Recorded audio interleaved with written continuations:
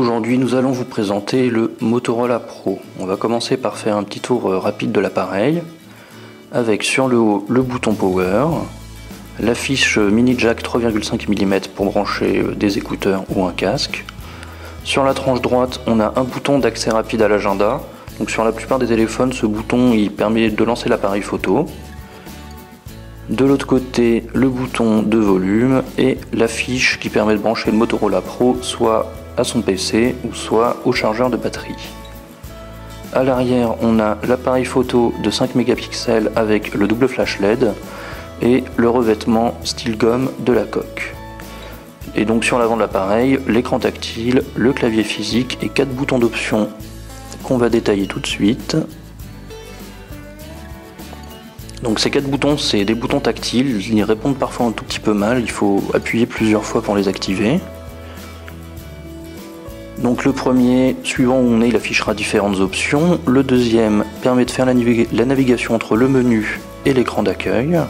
Le troisième, c'est un bouton de retour. Et le quatrième, un bouton de recherche. La recherche est plutôt bien faite, vu qu'on peut sélectionner où est-ce qu'on peut effectuer sa recherche, que ce soit sur le web, dans Google, les applications ou le répertoire. C'est Android 2.2 qu'on a ici, Froyo. On aurait pu penser à Gingerbread, mais Gingerbread sera pour le Motorola Pro Plus qui sortira vers la fin de l'année. Donc on a accès à 7 écrans différents et on peut ajouter des widgets de Motoblur. Donc par exemple celui-là qui permet d'afficher en temps réel les flux Twitter, Facebook de ses contacts, ou encore un accès rapide à la messagerie ou à l'agenda. Donc comme je disais tout à l'heure, cette touche-là affiche l'agenda du téléphone. Donc le menu est assez classique, on retrouve quelques options de Motoblur, où on a par exemple la gestion des applications. Donc, la gestion est assez bien faite puisque on peut sélectionner des applications à fermer dans les 2 minutes après la mise en veille de l'appareil, ce qui permet d'économiser la batterie.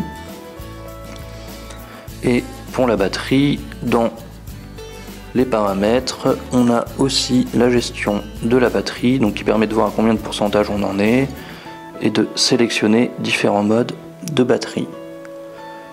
Pour l'utilisation du clavier physique, on voit pas très bien, mais là les touches elles sont biseautées, ce qui est normalement censé améliorer la saisie. Personnellement j'ai un petit peu de mal, et si c'est vraiment trop la galère pour saisir un message, on peut basculer le Motorola Pro en mode paysage et utiliser le clavier tactile.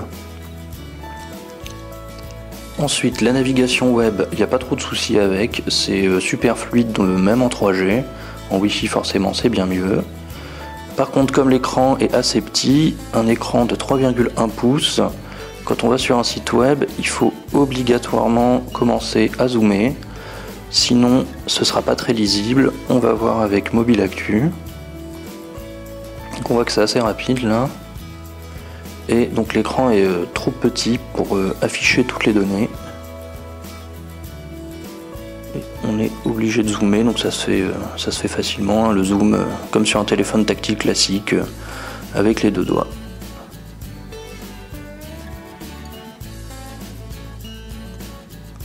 Ensuite, pour ce qui est de la photo et la vidéo, l'appareil n'est pas exceptionnel, mais c'est pas sa vocation première. Ça permettra de faire des petites photos d'appoint, etc. Donc, comme on voit ici, on a différentes options. Il faut là aussi passer obligatoirement l'appareil en mode paysage, car les options s'activent ici sur le côté droit de l'appareil.